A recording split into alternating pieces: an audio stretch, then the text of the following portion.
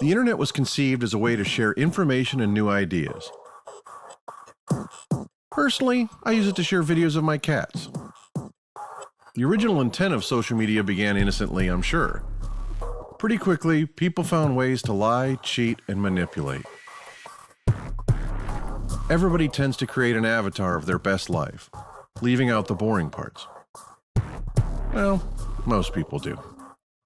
Making it seem like your life is perfect is very different from catfishing on a dating site or financial fraud. It took no time for the darker side of social media to become evident. Prepare to pass through the looking glass where one man without a job and a lot of mysterious money can leverage his phone and free Wi-Fi at Starbucks to tear apart the fabric of people's lives. And he can do it all without consequence.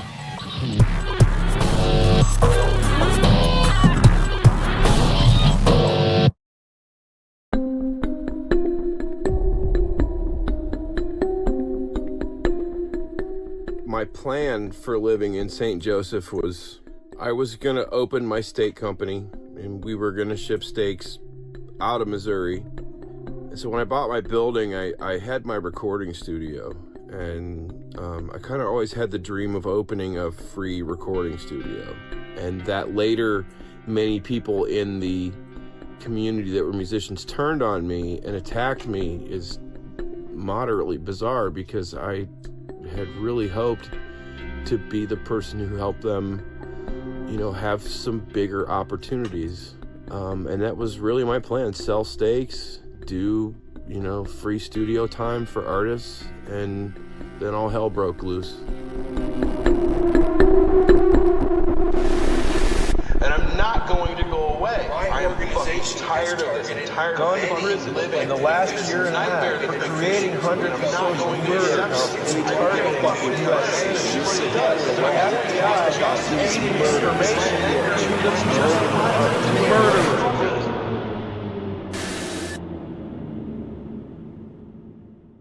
St. Joe is a good city. The people are nice. St. Joseph, Missouri was basically a fur outpost located in northwest Missouri. The Pony Express started there. Jesse James was killed there. And the rapper Eminem was born there. We're about 40 minutes north of Kansas City. We're right on the Missouri River. I believe that Matthew Burdick is a con artist. And I think he tried to run a grift in St. Joe. And we didn't fall for it, thankfully. I think Matthew just kind of picked us out of a hat. I think he decided he wanted to rile some feathers up, and I think he thought we were going to roll over and let him do whatever he wanted, and that's clearly not the case, and I think he doesn't know how to let that go. What the hell were you doing in St. Joseph, Missouri, to begin with? And it's such a stupid reason. I was living in Des Moines, and I learned that my condo company was building another complex on top of a toxic waste site, and I realized that my rent was going to pay for that. Well, actually, he had gotten evicted from his apartment in Des Moines. Not a condo, an apartment. So then I was put in this bizarre position to where I needed to find a place that matched my furniture. I got in my car and I was kind of bored, and I took a drive south and ended up in St. Joseph. Seemed reasonable, wasn't very nice. There wasn't anything nice about the city. So I would be able to live there. My meat processor would be down the road. It made it logistically easier to be able to run the steak company. I'm not picky. I had a lot of money at the time. I mean, I had, I think, $45,000 in my bank account, something like that. I mean, it wasn't super a lot of money, but it was enough to kind of do whatever I wanted. So I basically lived in St. Joseph because they just had a condo that matched my furniture. I was having a really super hard time finding a place that did that. I think that story about his furniture is complete bullshit. I mean, who finds an apartment to match their furniture? That's ridiculous. And so I knew in St. Joseph, Missouri, I could just go unnoticed. I could live there, be anonymous, not, have any attention, and that was that.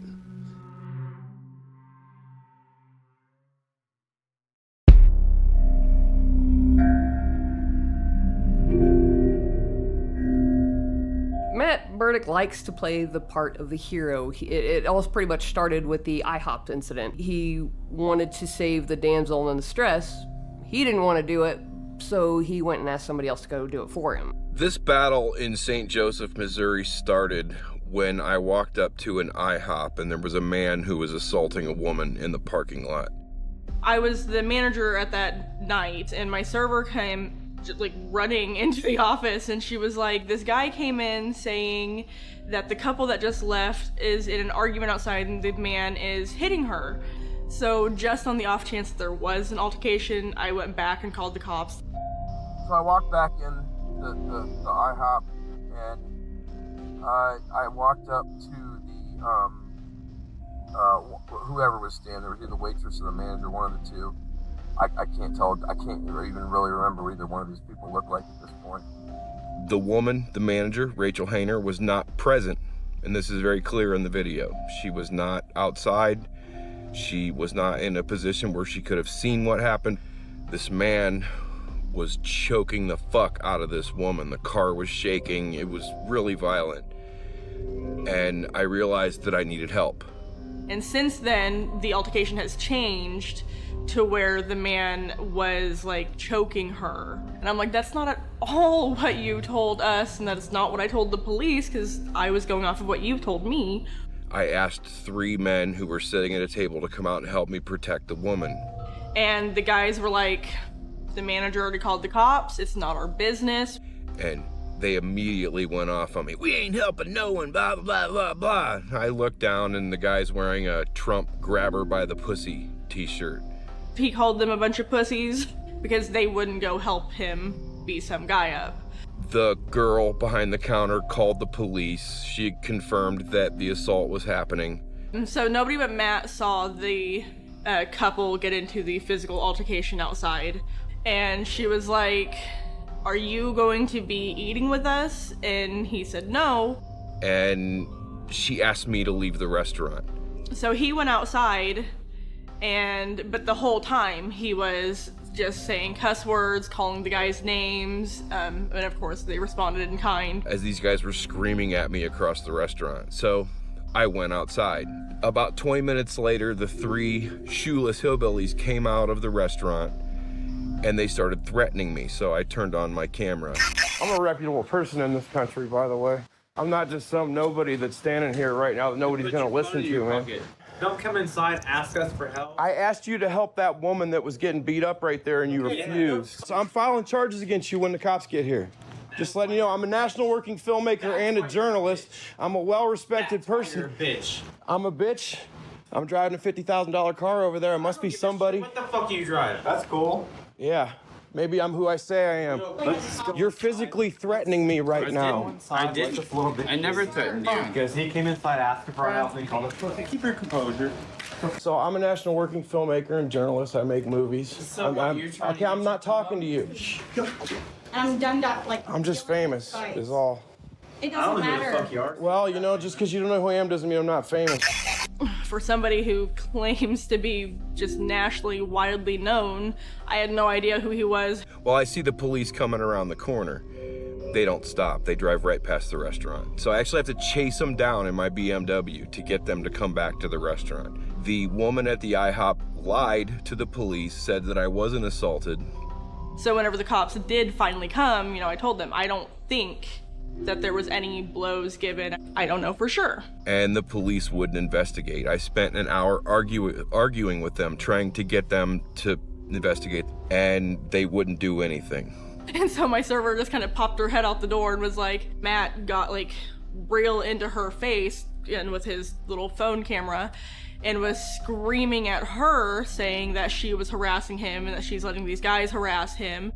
So I had to raise a big stink. Well, eventually the police, after I contacted city council, opened up an investigation. I called my manager after it was all said and done. We have an email from corporate. She was like, so did you know that he was gay? How would I know? It's not like he was waving like a rainbow flag or anything. This is just speculation on my part, but I really do think that he fakes being gay just so he can have an excuse to con people. She was like, I want you to read what corporate sent me, the email, and that we as staff had kicked him out because he was gay, and then that we lied to the police. And me and the server were reading this going, that's not at all how any of this happened. Like Monday morning, I got a call from Lieutenant Dan Swiger saying he wanted me to come in and make an official statement. Bring each one of those waitresses and bring those people from that restaurant in there and let them testify. Let's bring them in separately and let's let them tell their story. And let's watch each one of them not be able to fill in the holes in their carefully manufactured reality they're in. So I went in, me and my server went in at different times and talked to Lieutenant Dan Swiger. He has my full recorded statement, and I told him the same thing that I told the cops. All that's going to happen, and I'm confident, is that my story will be proven to be true. I'm going to win this lawsuit, and I'm going to single-handedly take down the corruption in St. Joseph, Missouri. I think his intent was to, if not get compensated from IHOP, the corporate store, was to get me and my server fired. I didn't start this war. I got dragged into this ball of bullshit, and I'll tell you right now, I'm the motherfucker that's going to end it by fucking getting us into a court and making sure that everything that's been done is properly reviewed by judicial authorities.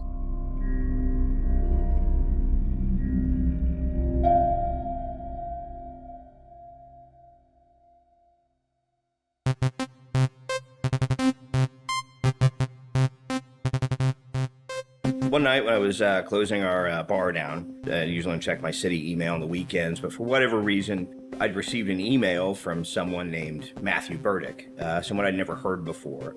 And in this email that he sent to myself, every other member of the council, the mayor, the chief of police, and several other individuals, he said he was a victim of a hate crime because he's a member of the LGBTQ community, and that immediately piqued my interest. What struck me as odd is usually when someone has a complaint, they get right to the point of what the complaint is. What he led with was basically a summary of his resume. The first thing you might be asking is, who is Matthew Burdick? Matthew Burdick is an experimental gonzo filmmaker, journalist, activist, and philanthropist. He's made solicited major cable network TV pilots, Cartoon Network's Adult Swim, music videos for Grammy nominees, experimental documentaries, and short films. His writing pieces on the subject of toxic waste have been read by millions of people in the United States. He is the founder of SuperfundResearch.org, an environmental activism and EPA watchdog group. In 2018, he founded Daily Independent Journal, an investigative journalism outlet dedicated to speaking truth to power and exposing the sordid, slimy underbelly of reality. That's me reading my own bio, by the way. So my first reaction after reading his email was like, okay, this guy is definitely trying to sell us something, but, he's making a complaint, and I take every complaint, one as serious as the other. So he goes on to describe this alleged incident at the IHOP. He'd fired off several more emails, and just, they were threatening. It's like, you're going to, the city's going to act on this, or I'm going to make a documentary exposing the corruption. And I'm like, okay, this is getting a little crazy. We're probably dealing with a nutcase. That Monday, we had a city council meeting, and I pulled our chief of police aside, and I just asked him, I was like, so I'm sure this has come across your desk. What can you tell me about it? But it was going to be investigated by our police department. I talked to the city attorney, and the best thing to do is just not offer a response. Let the internal investigation of the police department happen. It became so intense, I realized the police weren't going to charge these people, that the prosecutor wouldn't get involved. He posted a picture online of the letter he got from the police department. They did an investigation. The prosecutor declined to file charges because there was not enough evidence that a crime was committed. The person who was conducting the internal investigation, I know well. I trust him. The investigation was very thorough. He was emailing us nonstop. In fact, between the end of July of 2018 and mid-October of 2018, there were over 740 pages of emails that Mr. Burdick had sent to the city of St. Joseph. These two police officers didn't do what he wanted them to do, so he wanted to get them fired. Burdick's lucky he didn't get arrested that night for trying to file a false police report. Police officers' job is not to do what you want them to do. Their job is to help enforce the law. And Burdick claimed that he had this video of the entire incident. Turns out he does. No, I mean in the building. Like, you're just being an ass. There's a child in there. I'm not. You're being an ass. What is wrong with you? You have a camera. You are threatening me. You're threatening me with a camera, buddy. I'm notifying you on camera that you are harassing me. Once I notify you, in a public place, legally, in a public you are place, now harassing get me. in your $50,000 car and get your ass out of here. I'm the guy that exposed the Flint water crisis, by the way. Good. Stop bragging about yourself. Just so you know. Stop bragging about yourself. Shut the fuck up. I wasn't aware. Just talking about my resume was bragging. Shut the fuck You must be a failure. Shut up, you little queer. Did you call me a queer? Yeah, just to see a how queer. you react. A queer. To see how you react. Dude, you called me a queer. Just to see how you react. You know that's a hate crime right now. See, in the Midwest. You know you're committing a hate crime right now. In the Midwest, if I say a fag. I'm from the Midwest. Are you a fag? Yeah, exactly. So are you a fag? I am. So what? So you're committing a hate crime right now. I'm not committing any hate crime. I'm just asking. You got a problem with gay people, man? I want you to get the fuck out of here because you came inside. You don't have a right to tell me to leave. You're not. And then called us a fucking pussy when you come inside asking for our help. I know. So get the fuck out of here. And I watched the video, and it was him taunting and saying insane things to these three guys. Those officers cut him a break. And instead of being grateful, he decides to go after their livelihood. When I stood up to expose corruption in the police and the local government and the prosecutor's office in St. Joseph, I had been branded as a fraud. So then, about a day later, a big article went out to the whole city exposing the police for corruption. It wasn't also just these two cops. The crime rates in the city had risen 56% in the last so many years. There were lots of citizens complaining about the police. Bad Egg Investigations was the first blog post run by Matthew Burdick. It was a direct response to him not getting his way. It's important to point out that while Matthew Burdick denies that Bad Egg Investigations was his blog post, it needs to be noted that this story was from his point of view. The photos were from Burdick's own cell phone camera, which he or someone paid to promote on Facebook, so it attracted a lot of local attention. It's almost verbatim what was in the emails that he sent to the city. If you publicize something negative about the police department or about a police officer, you will have people jump on that bandwagon. Beginning with Bad Egg Investigations, the focus shifted to Matthew Burdick becoming the victim of a hate crime. No one knows what became of the woman from IHOP, or if she had ever really been assaulted.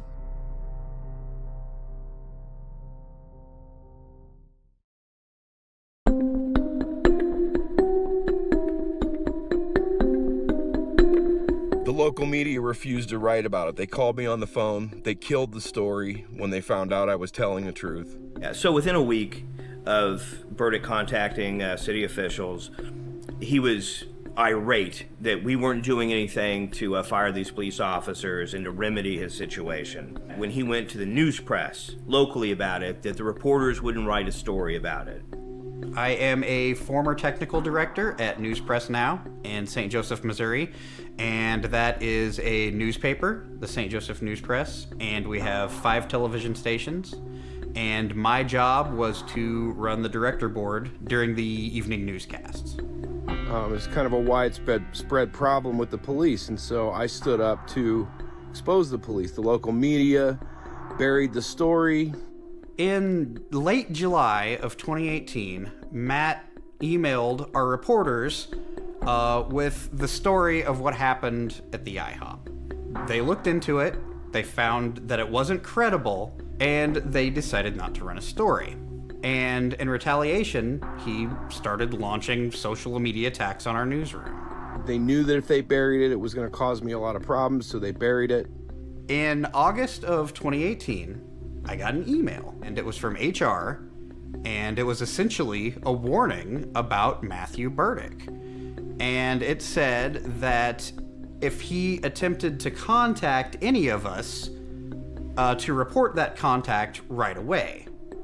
This resulted in our St. Joseph News Press going through active shooter training. Before Burdick's harassment, it was never necessary for us to have an active shooter drill. So I got angry and I started my own newspaper. I had a business base where my state company was, and I opened a newspaper. His headquarters for the Daily Independent Journal was just this brick building right outside of city limits next to a gun range where he also had his recording studio. So basically, he had a broom closet he rented outside of city limits where he kept his camera equipment and his writing desk. And that newspaper generated 61,000 readers in 1 week. 10 times the amount of traffic that the local media was generating. All he did was write a blog and tie it to a Facebook page called Daily Independent Journal. He first started the Daily Independent Journal as the Daily Independent News, and then for some reason it changed the name to the Daily Independent Journal. The Facebook pages were exactly the same, he just changed the names. Daily Independent Journal, the idea for it was a media outlet that operates nationally, all over the country, but also operates as a local media outlet. And so we never actually got that far in the development of the project because of Austin Gocher. I'm a former Marine. I was in public affairs in the Marine Corps, so I was basically a photojournalist for 4 years. I'm a disabled veteran. The way I met Matthew Burdick was there was an ad on Facebook looking for an editor for a newspaper. And so I responded to it, I sent my resume, and I got a phone call like within an hour. He said he'd looked over my resume, it looked really good. We talked for a couple hours that night, and he told me he'd get back to me on what he was gonna do. And the next day he called and offered me the position and explained to me what he thought he wanted me to do, which was basically to be the head of this newspaper and to be autonomous from everything he does. I was going to gift the newspaper to the community. This was a charitable thing I was doing. I was just founding the newspaper, and I was going to give it to the community as a gift, and that way it would be a community-owned newspaper, and I wouldn't have any involvement with it. It sounded like a good deal to me because I didn't have to deal with any of his personal life. It was just going to be me doing journalism stuff. Every time we were supposed to meet, something came up, and I never ever met him. And so I was working on stuff because I wanted to do a couple pieces that were a little more investigative than some of the other stuff I've done. And then one day he calls me and he goes, I want the website live tomorrow. And I'm like, I don't have the stuff to make the website live tomorrow. And so we went back and forth, and during this time period, he was calling me for 8 to 12 hours a day. I mean, we were on the phone constantly every day. And so I didn't get a whole lot accomplished because I was on the phone dealing with Matt. He told me he wanted a story about a shooting that happened here in town. Well, I tried to get a hold of the police department so I could do my own interviews about that, and I couldn't get a hold of anybody. So he told me he wanted me to pull quotes from the news press, and I was like, dude, I can't do that. He was like, well, it's not stealing. And I was like, it's clearly stealing. So I told him I wasn't gonna work on that story. His spelling's atrocious, so every time he sent me a story, it would take me 30 to 45 minutes to go through and fix all the spelling errors. So my whole foundation for what I eventually became was reading books about investigative journalists. I studied writing, grammar. I studied filmmaking. I prepared myself for this coming battle. And he submitted a story that didn't have any spelling errors. And I was like, that's suspicious. So I Googled the contents of the story, and I found almost word for word the exact same story on another website. So I called him out on it. And he's like, well, it's not plagiarism. It's like, you understand what the definition of plagiarism is, right? And he's like, well, it's not plagiarism, it's content aggregation. And I'm like, if you're gonna use that story as a source for your stuff, you need to cite that as a source for your stuff. Finally, I told him I wasn't gonna run anything that was on another website unless it was properly cited, and if he wasn't gonna properly cite it, I would. And he told me if I was gonna do that, then I needed to find a new job. And I was like, that's fine. I'm not gonna put myself on the line like that for a position that isn't paying that much and isn't what I thought it was gonna be to begin with. I basically gave him what he told me was his dream, And then he blew it. And there wasn't a reason that he blew it. He just decided not to show up. There wasn't any legitimate reason for him to not to show up to work. He sent me this message on Facebook and fired me, basically. And within 30 minutes, he had contacted everybody on my reference list from my resume. And he had sent several of them multiple emails. He CC'd me on everything. They never responded to him, but they called me and were like, what's going on with this Matt guy and why is he emailing me? None of them believed anything he said. And one of my references, she was like, hey, you stepped in some shit. And that he went off on them, but if he would have just talked to them to begin with, he would have known I wasn't gonna do any of that stuff. I blocked Matt on everything, whether it was my phone, my email, my Facebook. So after I fired Austin, I was pretty disgusted with him. I gave him a desk and an office and an entire newspaper that he could run, plus funding and staff. It's a really nice thing to do for somebody who had nothing. And Austin fucked me. He basically wrecked my entire business. It really bothered me that he couldn't at least explain his side of the story to me instead of just flipping out on people.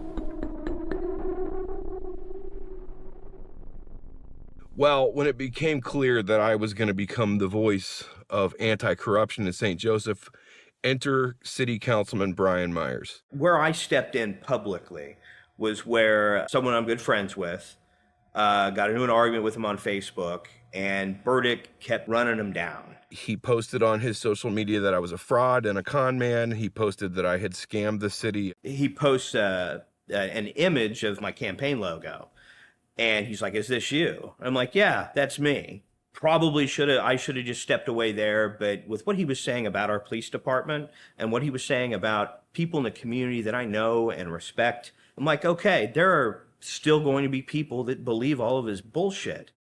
I feel really bad for the people of St. Joseph because Brian Myers is the absolute 100% criminal.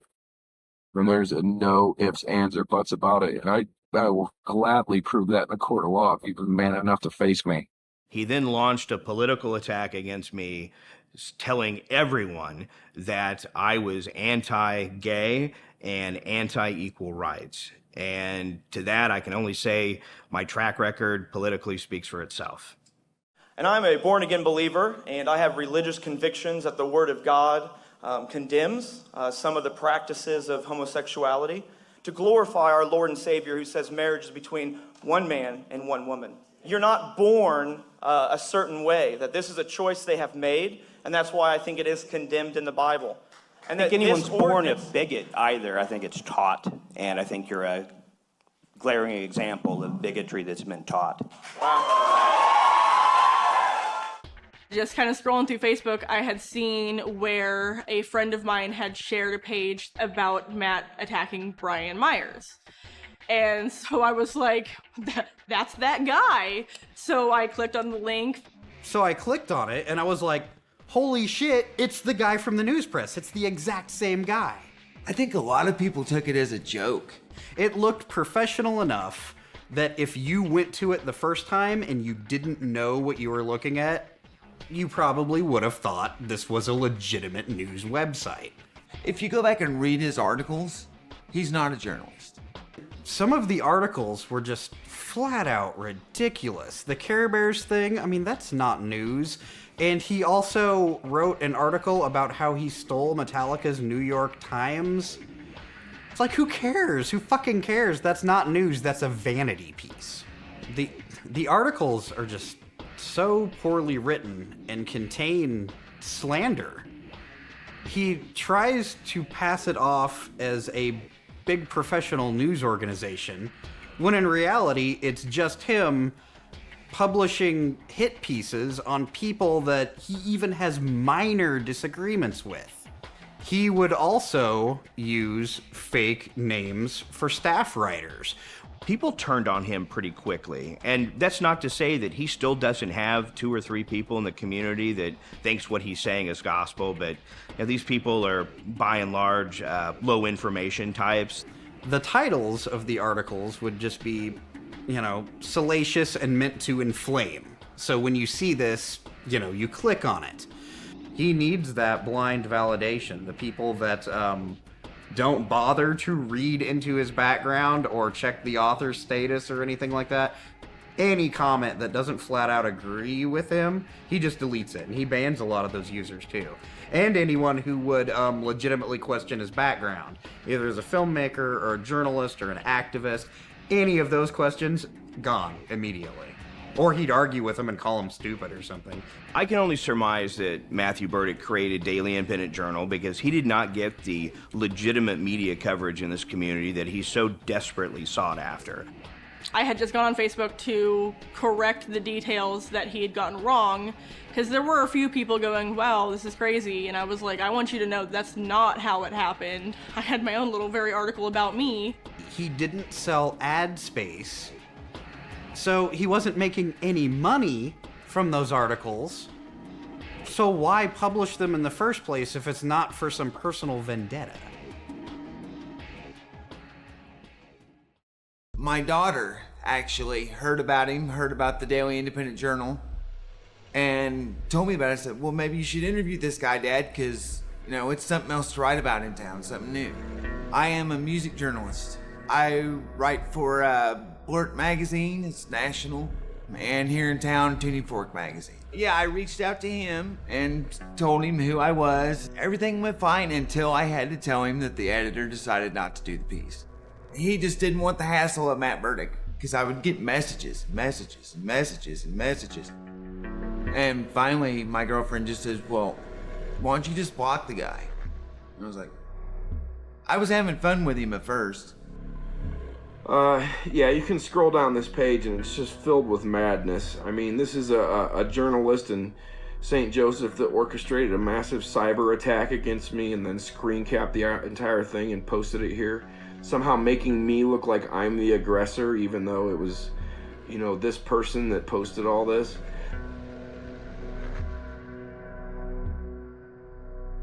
You know, I've been made fun of my whole life. I know what bullies are like. This guy's just a bully.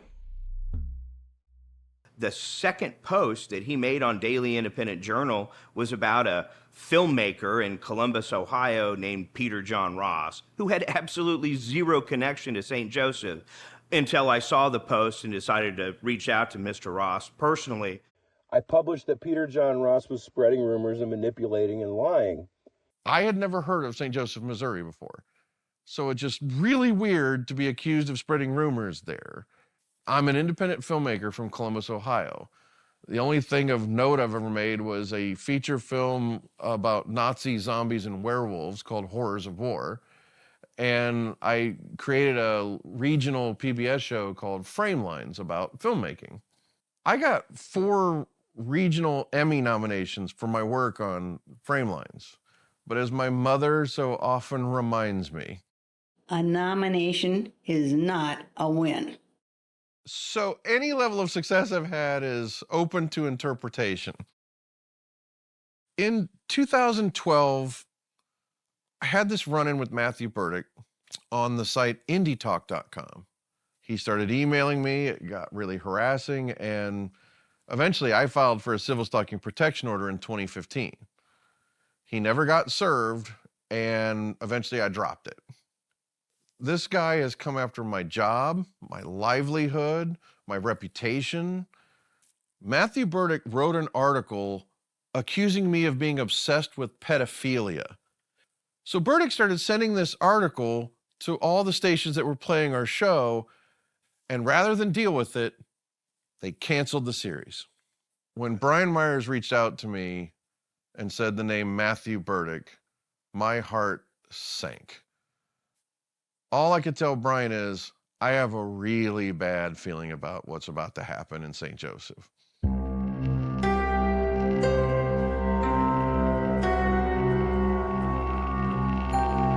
When you're looking for one of the reasons that I left St. Joseph, Missouri, it was when I realized that the Kansas City FBI office was actually approaching people in my world and asking them to watch me. And so why would they do that?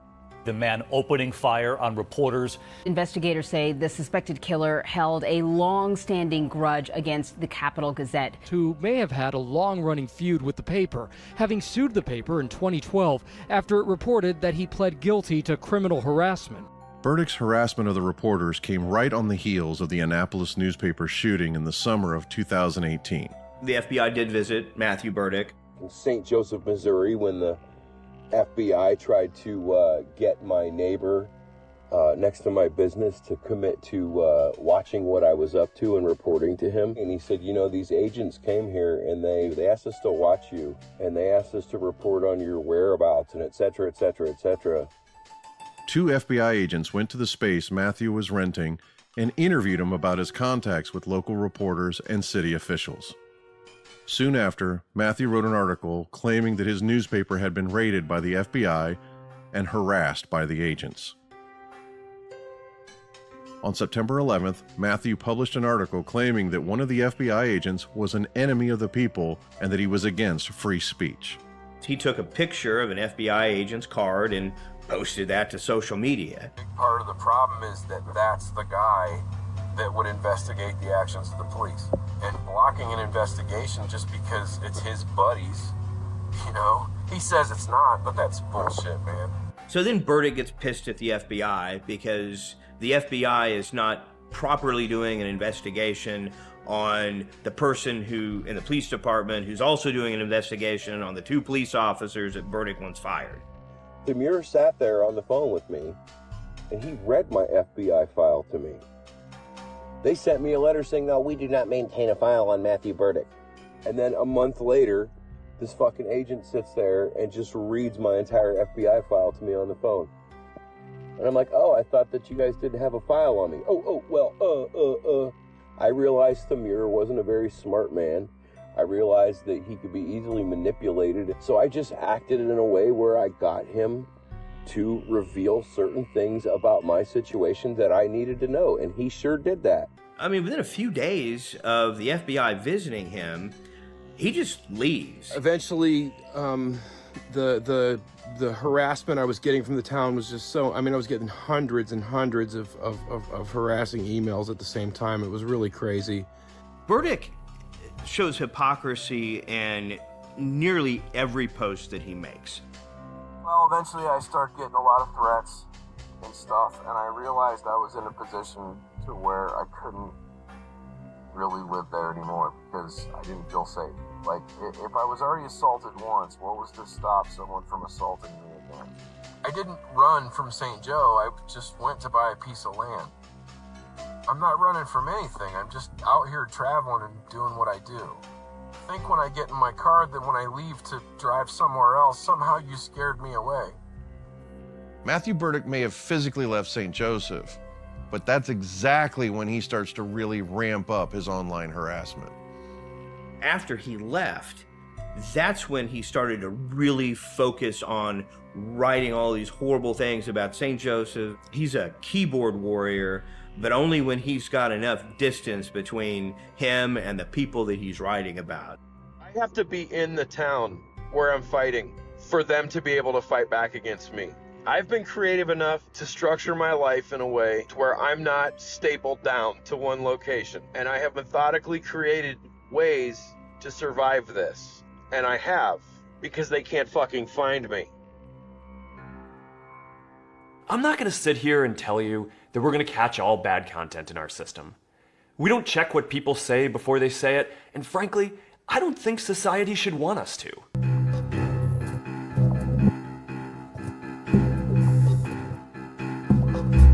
At this point, Matthew Burdick declared war on the city of St. Joseph. So he would post an article on Facebook, and it would generate, like 800 or 1,100 comments. And he would just reply to every one of these comments. And he would spend sometimes 18 to 20 hours a day doing this. And I would sit and watch these things, and you could see the date and time of when he's posting these things on Facebook. He would reply obsessively to these people, and a lot of the times it was insulting. Facebook allowed him to create this perfect image of himself and delete anything negative towards him. If you just question Burdick on something, he flies off in a rage. He wants to insult anybody and everybody who sees through his bullshit. Dude, all this guy does every day, every waking moment, is harass people online. The messages he was sending to me and Brian, it was just boom, boom, boom, boom, boom. I mean, it's like he's just Superman typing all this shit just so fast. Anyone that disagrees with him about anything, major or minor, tries to ruin their relationships with other people, tries to destroy their good name. Once they are aware that Burdick was out there and this Daily Independent Journal page was posting nonsense and then direct messaging people privately, people started to share their stories locally. If I wasn't out pissing people off, then I wouldn't be accomplishing anything at all. When anyone would argue with him, he was going after all of their employers too. And one person in particular who is higher up in employment in our regional Boy Scouts office, he filed complaints against Boy Scouts of America. This guy rattled Burdick so much that Burdick found out that this gentleman's mother had a federal job in Leavenworth, Kansas, and called her employer and tried to get her fired. Everybody's got to stop Matt. You know, he's powerless, he's ruining people's lives, but the really, really interesting thing is when you say, okay, well, whose life did he ruin? And everybody gets quiet. And there isn't anybody's life that was ruined. It was not for a lack of trying. He was certainly trying very hard to ruin people's lives. There's a guy that owns a flooring company that just ask him, is there anything I can do to help? He was reaching out to him like, this guy's got a serious mental health issue. How can I help you with this? He sent him, days and days worth of just insane, threatening messages, all because this guy reached out and tried to help him get help. He not only tried to get someone fired from a local music store, he tried to get someone else I know fired from a restaurant in town because he had a disagreement about something political on Facebook. When you get into a disagreement with someone and you don't just walk away, it is not normal to try to get them fired from their job. The only way I can save my career is to go after theirs. That's it. I have no other way to win this battle. Which career? I mean, like the activist career, the journalist career, the steak dealer career, the filmmaker career. I don't think any of those are legitimate. I think they all exist only in his head. He wants to be this big guy who crushes all these little people, and he wants to make himself be so much more powerful than he really is. If you piss him off, then all of a sudden you're the sole reason why he's a worthless loser. Facebook acts faster and removes a greater percentage of the hate speech on our services than other major internet platforms, including YouTube and Twitter. I reported dozens of his posts, and none of them were ever removed. We're able to identify almost 90% of the hate speech that we remove before anyone even has to report it to us. He's harassing people and spreading fake news. I would get a notice back saying that it did not violate community standards. And I'd be like, how does this not violate community standards? And if it doesn't violate community standards, it absolutely should. The laws have definitely not caught up with it. And a lot of people in law enforcement will tell you, you know what, you can always block their Facebook profile, but that only protects you from one-on-one harassment. There is nothing that stops someone like Matthew Burdick from making a public post about you as a person, whether it's true or not, and then putting an obscene amount of money behind it so that everybody sees this picture of you that Mr. Burdick has built up in his mind and is trying to sell to the people. I think Facebook has an obligation to moderate that content, and they are doing an absolutely terrible job at it. We're also going to be banning posts that make false claims. We're also focused on creating a higher standard for hateful content in ads. St. Joseph, Missouri stands up for its own. That is very, very corrosive to activism. What if I go from town to town and I meet all of these activists and I network them into a very, very big, powerful group that can turn around and fuck up the government and fuck up the EPA and fuck up causes and start fucking people up all over the place. On Facebook, calling each other names, that's not really that big of a deal, but when you start getting into threatening bodily harm, telling people to kill themselves, that is a crime. Kids have gone to prison for telling each other to commit suicide. I think Matthew Burdick attacks people because when he doesn't get automatic respect or adulation, he immediately flips to, I'm gonna threaten people. Matthew Burdick definitely gets a sense of power when he hurts people or just scares them. This is his MO. This is what he does. This is not unique to St. Joseph. This has happened in, I think, 7 different states. My business partner worked at Facebook. Our campaigns were paid for by Facebook. And we were constantly given compliments by Facebook about the level with which we were able to educate people. I have been able to disrupt the functioning of entire cities with my campaigns, and I did that in cities all over the country.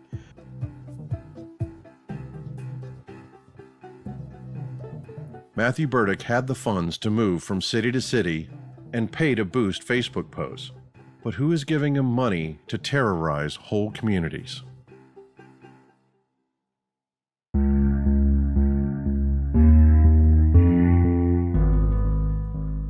Matthew Burdick posted this image on Facebook of a deposit he got from Social Security Disability. And Burdick claims to be disabled, but no one is sure what the disability is. And he has claimed multiple things at different times. Disability checks alone could not fund the lifestyle that Matthew Burdick has. He's getting money from another source. And God knows it's not from working a 40-hour-a-week job. There is nothing that Matthew Burdick does that he is able to monetize to make that kind of money. Somebody is giving him money. I noticed that Burdick had often bragged about being rich. But, oh yeah, he's told me he was a millionaire, multimillionaire. He's the only transient millionaire that I know of. Driving a BMW with $20,000 in cash, 6, 7, 8 fucking guitars with me, $1,000 watch, $1,000 phone. Recording equipment. I mean, he really did own those things. Matt would often threaten people that his business partner worked at Facebook. And I suspected he was a con artist and that he had his hands in somebody's pocketbook. And it turns out that that person was Alex Wong, who was an employee for Facebook. In 2011, when I pitched my show to Cartoon Network, they passed. I decided at that point I was going to take all the footage that I had from the show and I was going to turn it into a film about homelessness. And for the next 18 months, I fought to get off the street, but I filmed all of it. And eventually I had a 73-minute documentary which showed me homeless. I got it out, and then that's when Alex came along. And so he just basically said, I'm going to come pick you up. And, you know, whatever. He's like, I'm going to give you some cash. I'm going to put a deposit. I stayed at his house that night. And then the next morning I woke up and I had several $1,000s in my bank account. And right away I took that money, bought a new camera, most people would like go get a house. I'm so committed, man. I was like, fuck it, I'm going to make another film right now. I used all the money on a new camera, new laptop, plane tickets. The only thing I know about Alex Wong is what Matthew Burdick said about him in his communications to the city. Alex Wong is his business partner. Matthew Burdick posted on Facebook that Alex Wong had joined the Daily Independent Journal. Alex was making a really, really lot of money, so it wasn't really that big a deal. And I'm really glad he helped me. I mean, it really helped me travel the country and do my investigation. And I mean, I benefited from it. I got all kinds of, I was able to go to hundreds of communities because of this. I was able to go all over the United States. It was like being a rock star, really. In July of 2019, Alex Wong actually files a restraining order against Burdick. And being dependent on Alex was very uncomfortable, and it made me feel trapped, and it made me feel like I was being exploited, and it made me feel like I had no control over my own destiny. Hold on a second. So now that Alex has a restraining order, suddenly Matt's the one being exploited and being forced to spend all of Alex's money. That is bullshit. That Alex Wong, for whatever reason, gives Matthew Burdick money. 2 BMWs or a Land Rover. But the weird thing is, at least 2 of those vehicles are still registered in Alex Wong's name. Matt talked to his business partner, Alex, who I've never talked to, I've never met, I've never even met Matt in person. The day that I got my signing bonus, which was $500, Matt said he was gonna send it to me. And then when I got the information to pick up the check from Western Union, it was sent from Alex. That was a really suspicious thing to me because why is this guy sending me money if I've never even talked to him? When Matt fired me, he threatened to sue me for this $500, but he didn't even give me the $500. Alex did. And when I pointed that out to him, he got really pissed. And Burdick was so desperate to appear rich, he would post screenshots of PayPal transfers over 10 grand. He would post shots of him flaunting money. No, I feel like he's ripping off Alex because when I told him I'd give Alex the money back, I was like, I have no problem sending Alex his $500 back. I can do that, but I'm not giving it to you. And I actually sent Alex a message on Facebook, and I never got a response from him. All I wanted was sustainability. I wanted to create something for myself. That's, as a disabled person, I think that's probably what we all want. And what Wong did for Burdick goes above and beyond what a lot of other people do for people that are down on their luck. You know, Wong gave him hundreds of thousands of dollars. He funded not only Burdick's lifestyle, but helped fund the cyber terrorism that Burdick seemed, to really enjoy. Matt sends an email to city officials and threatens that both he and his business partner who works at Facebook are experts at Russian disinformation tactics. That my business partner was on the Russian disinformation team at Facebook, and he leaked a lot of information to me that I probably shouldn't have had. And so when I'm creating these campaigns, I know what I'm doing. Was Alex Wong a willing accomplice in all of this, or was he somehow coerced or manipulated by Burdick into doing this? There was always this suggestion that he was somehow planted in my life, and that, again, the money was this leash. And since I was all over the place, he was always the person that could just report back to whoever it was that planted him in my life. I mean, you don't think that somebody wouldn't want to know about a guy who was traveling the country speaking to activists and getting on the inside of every cause in the United States? Every time I've spoken about these odd things as crazy, I'm being gaslit. Like, I'm being made to feel that I'm crazy.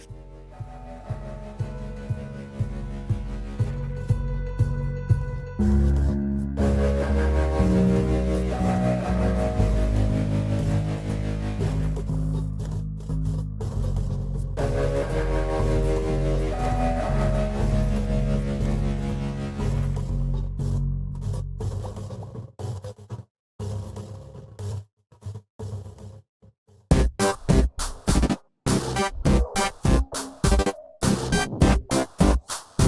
the middle of all this band Raimi memo comes out of nowhere, and they start just telling everybody I have AIDS, and they're just smearing my name all over town, and they're bullying me, and I'm getting all these insane messages. Our biggest thing is we don't like seeing people getting fucked with, especially if it's people that we know. So what we tend to do is we'll fuck with them back. We do that by writing songs about whoever it is. The Raimi Memo has been a band in St. Joseph for almost 20 years. We've been around for quite a long time. We like writing about weird situations and weird people in our town. It's something we've always done. And Burdick was definitely a weird situation that I felt appropriate to write about. They're guys I've always enjoyed being around. I think they're funny. I think their music's funny. I like that they don't take themselves too serious. I decided I wanted to do a song about the whole Burdick situation, and I decided to use the actual threats and crazy shit for the literal lyrics to the song. He claims that I faked all of those messages. Well, those are fake, right? They're just not real. Like, I think they're someone photoshopped them. And you're probably going to live in prison. We don't lose these battles. I just laughing about it. Like, what? It's just funny that someone would just go to that level. Like I fucking give a shit, man. Then bring it on, you bigot, KKK pussy. I always come back with the fire of 10,000 angry suns. Who the fuck says that? That sounds like an 80s cartoon villain. 100%.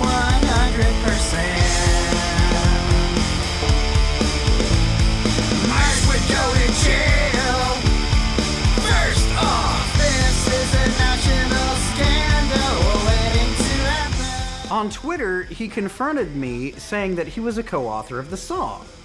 But I pointed out to him that he had completely denied sending me any of those messages, and when I pointed out his hypocrisy, he deleted the fucking tweet. You have to be so fucking horrible of a person to just sit there. You gotta be a serious fucking loser to sit there and make a fucking spend your life just feasting over a set of lyrics. Very same quiet and well-mannered guy. The FBI doesn't have jurisdiction over an alleged threat against a reporter, and that was the threat. I imagine someone might also attack one of you physically. You bring to me. You belong to me. Now do you understand? It's almost a tribute to the level of success that I've had, that I have some fucking band out there trying to make videos about me. If you haven't seen the video, go check it out. It's called Poison in the Balls. I was like, if you really think about it, they're just making me a fucking legend.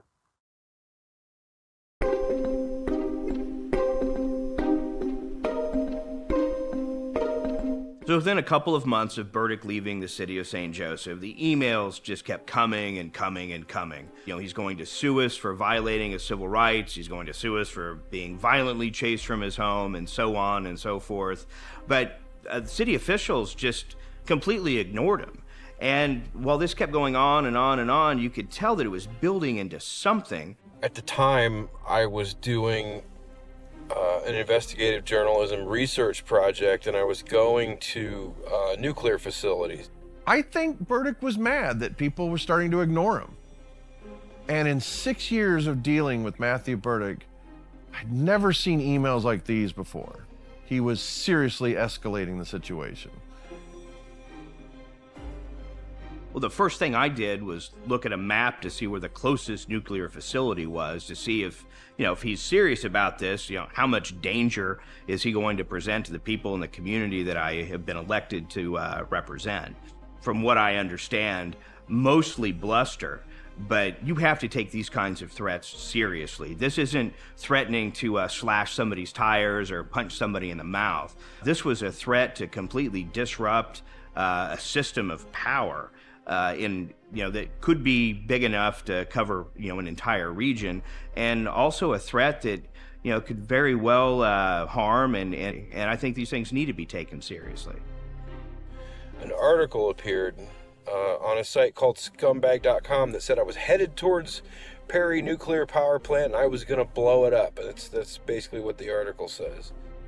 Scumbag.com were the only ones to reply to Matt. They asked him, "Are you serious about these terrorist threats?"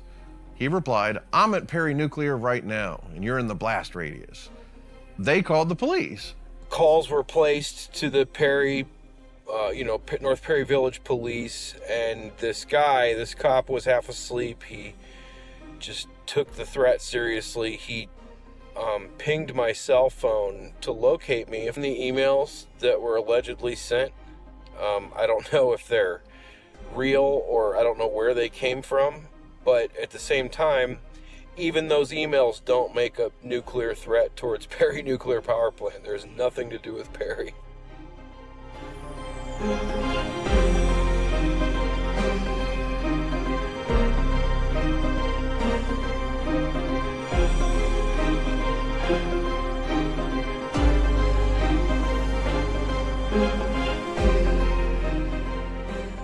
Bunch of fake emails. They even go out of their way to fake these emails. He claims that the Perry emails are fake, and then he fucking quotes from them. How do you quote from an email you've never read? So the email address mburdick@gmail.com was hacked about 50 fucking times, and I abandoned it many years ago because of this. And so I have no access to the account. I don't use it. Like, I can't even log into it at this point. mburdick@gmail.com is the same email address he's using to contact the people he's already admitted he contacted. He said that some of the emails were real and some of them were fake, but how does that work when all of the emails are from the same email address? It just doesn't make any goddamn sense. And it just doesn't make any sense. And so the only reason that I can assume that Perry was injected into all this is because the people that wrote the scumbag article live in Northeast Ohio, and Perry is probably the most well-known power plant. So they just picked one, assigned it to me. And what did he do? He sends another email from a different email address to the same recipient list from the supposedly hacked email account, and then blames me, saying that I hacked his account and sent these terrorist threats to a nuclear facility. This, of course, leads to a 2.5-hour interview with the Cleveland FBI office. The first thing they asked me is, have I ever accessed any of Matthew Burdick's accounts? And I said, no. They said, yeah, we knew that. They'd already checked the IP addresses, device IDs, the cell phone towers. They already knew damn well I'm not the one who did this. Now, the thing they did tell me was they said they're going to investigate. And I was like, yes, finally, somebody is taking this guy seriously. I was actually surrounded by police in the middle of the night in Pennsylvania, and I was detained because of the allegations, and this triggered an investigation in North Perry Village, and they determined that it was a hoax. He claims that it was a hoax by Peter John Ross, but that's complete bullshit, because if he actually did that, he would have been arrested. Months later, the FBI agents confirmed to me they finished their investigation. They presented it to the United States Attorney for the Northern District of Ohio, who declined to prosecute. If I were to make an assumption that the U.S. Attorney didn't feel that this was a credible enough threat to be chasing after a guy who makes threats like this all the time, and do I agree with that decision? My knee-jerk reaction is no, but I also have to say I've got some prejudice in it. We all want him to get some sort of justice thrown upon him. Maybe the U.S. Attorney did make the right decision, but to say that we weren't disappointed, we'd be lying. How someone can threaten a nuclear facility with direct acts of terrorism and not even get a slap on the wrist. It makes no sense. How is he not arrested for this? Well, he has been arrested. He does have a criminal record in Ohio and in, I believe, West Virginia. Aggravated menacing, harassment. Here's my criminal record that they have posted. I was arrested in West Virginia like 10 years ago and sentenced for misdemeanor time for violating a restraining order. I never actually hid that. There's probably a barrage of other charges that we just don't know about, but because he skips out of town when the heat gets on, so if you can't locate him, you're not able to get him into a court of law. You come here, drug paraphernalia, dismissed charge, aggravated menacing, dismissed charge, telephone harassment, dismissed charge. So they're listing dismissed charges, and there's stories behind each one of these charges. I think Burdick was mad that he didn't get attention that he wanted. So he then threatened a nuclear facility with a terrorist act and got away with it. I guarantee you he feels emboldened by that. If they would do the right thing, if they would just arrest the guy that assaulted me, and if the media would just write articles about me so that I don't end up a victim again, confirm my story, if everybody would just do the right thing, that's what I'm expecting, right? If everybody would just do the right thing right now, all of this would end, and I would go back to just normal, quiet guy, minding my own business.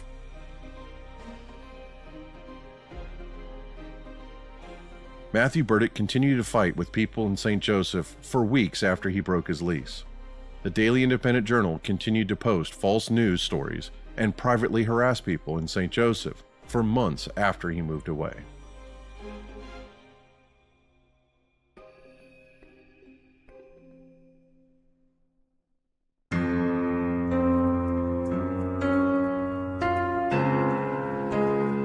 When somebody starts harassing another person online, how are you supposed to know that they're mentally ill? All anyone knows is that they're being attacked. There's an assumption that this person is somewhat normal, so by attacking back, they're not assuming, oh, this is a mentally ill person that I'm harassing. I don't know how crazy he is, or if he's not crazy at all, and he's just a con artist. He told me that everything he does is a sort of Hunter S. Thompson or Andy Kaufman style bit.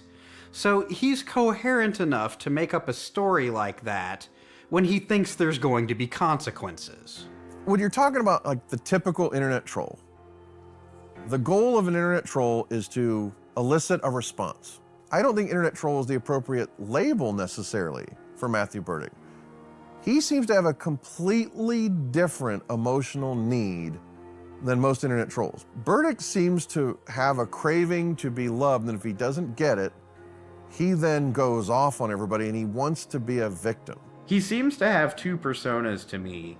He will have the hero, and then he'll have like the victim persona. There's Matthew Burdick, and then there's Matt. And those are two, in my mind, two entirely different personalities. So Matthew Burdick can be this gonzo madman character that's, 80,000 people are talking about on social media for exposing corruption in the police or something else. And then Matt is over here sitting in a restaurant dining, on some steak and mac and cheese or something. I have a law enforcement background. I have a bachelor's degree in criminal justice. I'm a former police officer. Matt finds a way to twist everything around so he's the victim. He's the one getting picked on, where in all reality, he's the aggressor. He's the one picking on everybody else. I don't feel like I should be held responsible. I'm the one that had to go to 30 doctors to figure out what the hell is wrong with me, and nobody's figured out what's wrong with me to this day. I am legally disabled. I have bipolar disorder. I'm told that I can't function in reality. I worked in the psychiatric rehab center for, several years, and it does follow a lot of the same things that our mentally ill patients did. And from what I can tell of Matt, I think he does like having all of this attention, whether it be good or bad. Getting views and likes on his social media, any kind of attention, is all about validation. I'm not particularly egotistical person. I want fucking credit, and it's not because I want to be famous or I want to profit. It's because I'm tired of fucking people not knowing who I am and what I do. It would simply help me in my life if I had a fucking news article written about me. I feel like if a journalist came into my life and saw like the real Matthew, the real guy, Matt, I think they would be very uninterested. The reason that journalists don't write about him is because he simply isn't credible. I can't tell if he knows he's lying or not. I can't tell which one of those he actually believes. He might believe both things at the same time. It's entirely possible that he could be that mentally ill, that he believes everything he's saying it as he says it. I have no way of knowing. I mean, I'm by no means a mental health expert. There's just no consistency here. And he has a proven track record. If he can spin the victim thing to the right person, then he's going to be able to get something out of it. And so what I'm really guilty of is being a really powerful writer, someone who writes things that moves people and even moves people to hate me. When someone lies as much as he does, it's really difficult to show any level of empathy or sympathy for what is even likely a mental illness. Because I think if you show compassion, he's likely to take advantage of it. I think Matt knows right from wrong, and I think it's skewed in his head. I think he feels like he's doing the right thing. If he does know right from wrong, then he certainly doesn't give a shit when he does wrong. He seems to take pride in it. He seems to enjoy hurting people. That's the Matthew Burdick character. That's that other guy. So, despite the fact that he may or may not have a mental instability, it doesn't excuse what he's doing. I feel like he knows exactly what he's doing, and he's doing it because, in some perverse way, he's getting enjoyment out of it. There's nothing exciting about me until I go out and it's time to be Matthew Burdick. And then I'm 1,000 miles an hour. I'm that rock star guy. I'm that guy where the chef is coming out to meet me at the table. I'm the guy, it's an honor to meet you. I think Matthew Burdick uses social media to create this grandiose image of himself just as much for him as he does the internet. He will send me a threat saying he's going to bash my head in with a baseball bat. And then when I take a screenshot of it and post it publicly for other people to see it, his response is, oh, that, Councilman Myers faked that. If all of these people that have had independent interactions with Matthew Burdick are all lying, then that is the biggest fucking conspiracy that this world has ever known. He has twisted logic. I'm not an expert on this, but I feel like Matt probably has something wrong with him mentally. Maybe if he went to some therapy and talked to more people, it wouldn't be so bad. I think he needs to be forced into treatment. I wish he'd get treatment. He clearly needs psychiatric help. Do you think he'll ever get it? No, because he's a narcissist and there's nothing wrong with him. It's everybody else. I mean, my ex-wife's the same way. Is it narcissism? Is it malignant narcissism? Those are good questions. I'm not a psychologist. The thing that bothers me is when people call him schizo, because I have a schizoaffective personality disorder, and I wouldn't consider him and me in the same realm of crazy. I get treatment for my personality disorder. I don't think Matt wants treatment. I don't think he wants help. The institutions that we used to have where Burdick would be hospitalized at, we no longer have in this country. If Burdick does not get treatment, this will not end well. And so it's me against the world. And the only way I can have a normal life is to win. Honestly, I have post-traumatic stress disorder from this. And if it continues, I'm gonna fucking snap. I am not faking my motherfucking emotional distress. And I am going to fucking snap.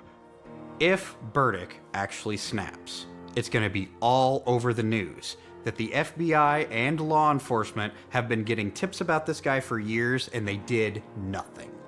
This morning, a newly resurfaced police report shows local police and the FBI were warned about Anthony Warner nearly a year and a half before he allegedly detonated his RV in downtown Nashville on Christmas morning. A bombshell admission from the FBI. 6 weeks ago, they were warned that Nicholas Cruz might be planning a school shooting.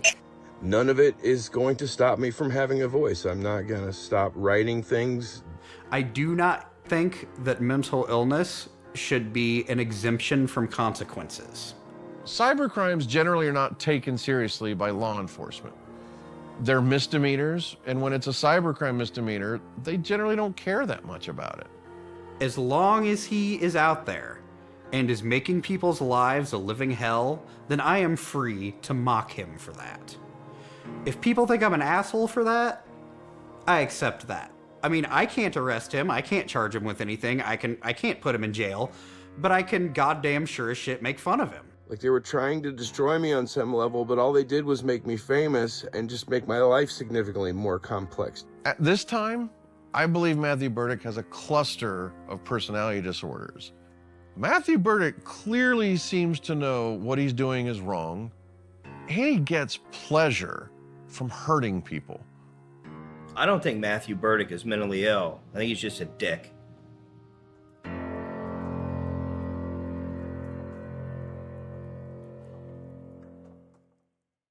When someone is threatening you or threatening your employment and law enforcement isn't doing anything about it, sometimes they're going to fight back.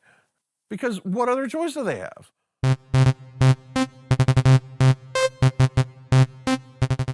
Fuck Matthew Burdick. Tip your servers, let's get this started. I've got a new song that I've been working on. We decided to do the concert because I wanted something positive to come out of all of the bullshit that he was spreading all over town. We decided to raise some money for MBVR, which stands for Matthew Burdick Victim Resources. We were all pretty well on board right away. And they said, hey, would you want to do a benefit for MBVR? I was like, yes. Yeah, I would. You know, it sounds like fun, you know? I felt like it was necessary to do the show because he obviously has harassed a lot of people in our town, and I felt like we were kind of sticking up for everybody. You know, silver lining on Matthew Burdick creating victims. We got to have a really good show out of it. We announced the concert, and he would write posts saying that he was going to report us to the state auditor for illegal fundraising. This Garner Quillian guy will just, who knows, maybe someone will hit him in the head with a brick or something just for being a piece of shit. But he started sending death threats that he was going to shoot me in the head. Just so there's no confusion, I had my shirt specially made. I am not Garner. So anybody looking for Garner that may be packing, that's a lie.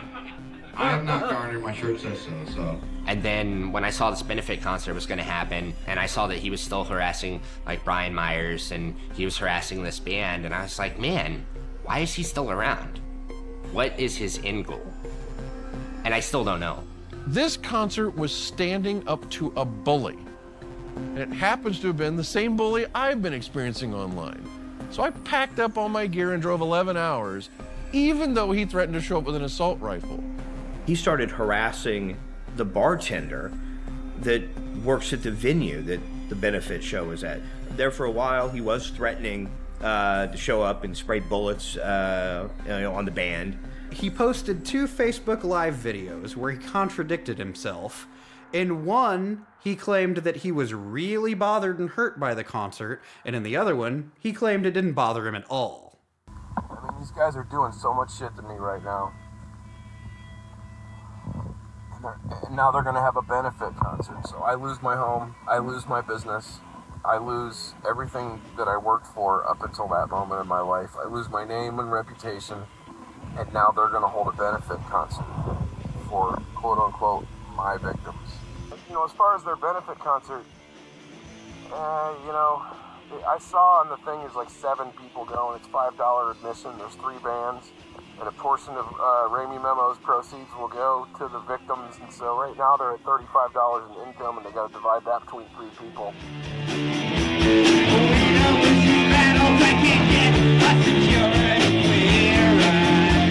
Well, I actually wanted to go to the concert last night because I wanted to see if Matt would show up. I wanted to meet him in person and see whether he had as big a balls as he says he does or if he's just a pussy. And I wanted to meet him in person to find out for sure. And I was really disappointed he didn't at least show his face. I was worried a little bit last night for the show. I thought maybe he would do something because I think he's one of those people that wants to be famous no matter what. Where does that lead? That leads to a shooting, or that leads to who knows what. Initially, I wasn't quite sure if Burdick was going to show up or not. There was a little part of me that was just like, is this going to be our last day on Earth? Or is he going to show up with an assault rifle and actually blow us away a la Dimebag Darrell? I was nervous before, during, and after when we were leaving. I was glad to see that we had police presence there. I didn't know initially that the FBI was there. I didn't find out about that until later. And I was glad to hear about that. He feels empowered. He got the police and even the goddamn FBI to show up at the concert. So they took his email threats and online post threats serious enough to be there, but not serious enough to press charges because, you know, it's the internet. My girlfriend didn't even want me going to the show last night. She was super paranoid about it. And I was like, well, you know, I helped put the show on. If I don't show up, what's that going to look like? So I went to the show and nothing happened. It was a great show.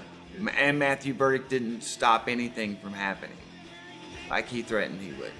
He says we committed a hate crime against him, which everything's a hate crime to him, I bet. So he's turned me into the Missouri Attorney General for committing a hate crime.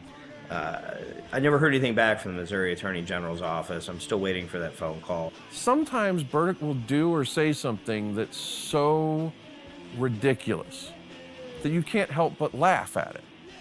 But then you start to realize this guy could be severely mentally ill, and then you feel guilty for having laughed at it. They want to have a benefit concert, have your benefit concert, man. Don't be shocked when it ends up a piece of evidence in a future court case. For fucking what? For what? What could he possibly sue us for? Don't be shocked when citizens come forward with whistleblower protection and are able to confirm what they witnessed you doing. We're a dumbass rock band from St. Joseph, Missouri, and no one knows who we are. Why the hell would someone need whistleblower protection to talk about a show we played in a bar? Burdick does not have the spine to walk into a court of law, because I think he knows if he does, the likelihood that he's going to go to jail is pretty strong. They wait until I'm vulnerable and then attack me. And so I'm talking with some television producers and journalists and various people about all of this, and we're working to make sure that the other side of the story is told.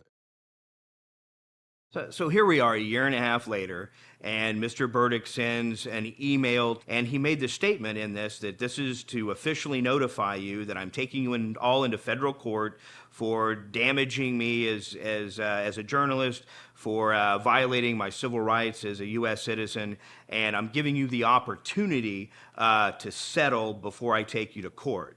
And at this point, I'm like, fuck it. I'll send him a settlement agreement. So, I offered him a 6-pack of Molson Ice, a Bryan Adams cassette, and I think Sweatin' to the Oldies Volume 2 on VHS. Shamefully, I do have all of these in my possession and would have definitely sent those as part of the settlement agreement, but, he didn't take it. I am going to get my revenge on this town, on these elected officials, on the media, on the police. I am absolutely going to make sure they pay and are held accountable for what they did to me. And they're going to bring all of this scandal into St. Joseph, Missouri. I'm going to bring it right back times 10,000 with no mercy whatsoever. No mercy. It's not going to stop until they're gone. I am going to be proud to be the one who lights that city on fire with controversy over and over and over and over and over again. And so no one can blame me. I'm just the messenger.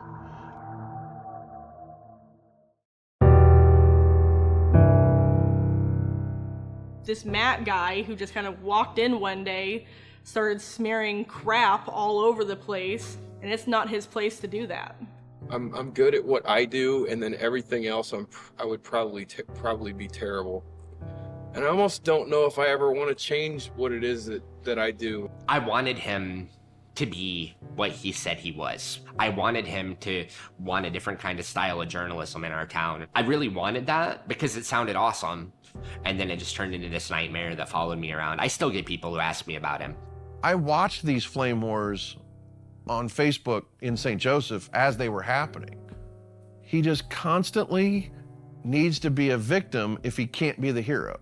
I think St. Joe might have been the biggest rebuttal he ever had. I hope that he gets help. At the very least, I hope no one gives him any more money. So I'm still waiting for the lawsuit that Matt said he was going to bring against him. He said he was going to have the FBI arrest me for hate crimes. I'm still waiting for that to happen. My take on this is that I am who I say I am. I have done these causes. I have been an activist. I have been a filmmaker. If Matthew Burdick dedicated the time that he spends fighting online to activism, journalism, filmmaking, or even stake dealing, the world would actually be a better place. All anybody wants is for him to stop harassing people online. His story is interesting in the same way that America has a fascination with serial killers. I wish to God Burdick was not as fascinating as he is. It's compelling to see somebody so unbelievably unsympathetic, yet is deserving of some degree of empathy. The problem is with Burdick, if you give him an ounce of empathy, he's gonna cash it in like a casino chip. I hope he doesn't hurt himself or anyone else. But I think the potential is for Matthew Burdick to be violent is definitely there. I tried to help a woman who was being beat up by a man. That's how this all started, with me trying to do a good deed. I do think he's a sadist. I think he enjoys hurting other people. And I don't think that he should be allowed to continue to do that. You can't go around the country doing this crap. Everything he's ever said about St. Joseph, never once has he taken responsibility for a single thing he did. Everything is somebody else's fault. I think he just came to a city that wasn't gonna take a shit. All it does is make me famous. So... It has always been against our policies to use any of our tools in a way that breaks the law. And we have many controls already in place to prevent this. But we can do more. I think social media outlets have the responsibility to curb this kind of behavior.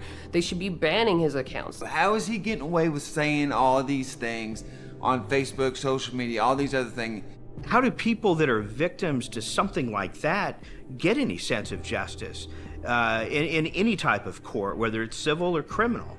You don't. The damage has already been done. Threatening to shoot him in the head. How is he getting away with that stuff? I don't know. I don't know how he gets away with all this stuff. I do not know how this guy's not in prison. I would love to see him in jail. But at the same time, I don't want him in our jail. Because if we put him in our jail, if he gets out in 6 months, he might stay. I hope everybody out there is having, a great time watching all these idiots, do everything they can to try to take me down and completely fail. I don't understand how he can evade the law so effectively. Matt never filed any lawsuits in St. Joseph. He didn't sue IHOP, he didn't sue our band, he didn't sue the venue, he didn't sue the news press, he didn't sue the city, he didn't sue Brian, he didn't sue anyone. So many things out there that just can't, they're not going to work in court.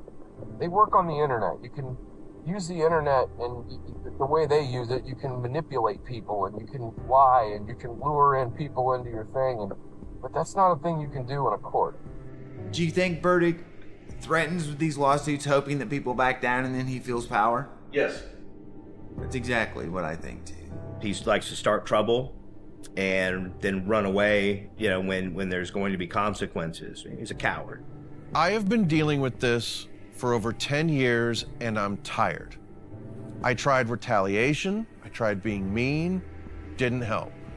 I tried ignoring him, didn't work.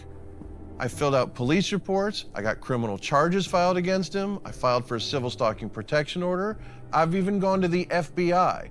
No one will do anything about him. My only defense against all this defamation and harassment is this documentary. Would you like to know where I got the idea from? Also going to try to make a film out of this too. I'm struggling with how to put it together right now, how to make it something that's entertaining but also cohesive at the same time. It's a really convoluted situation.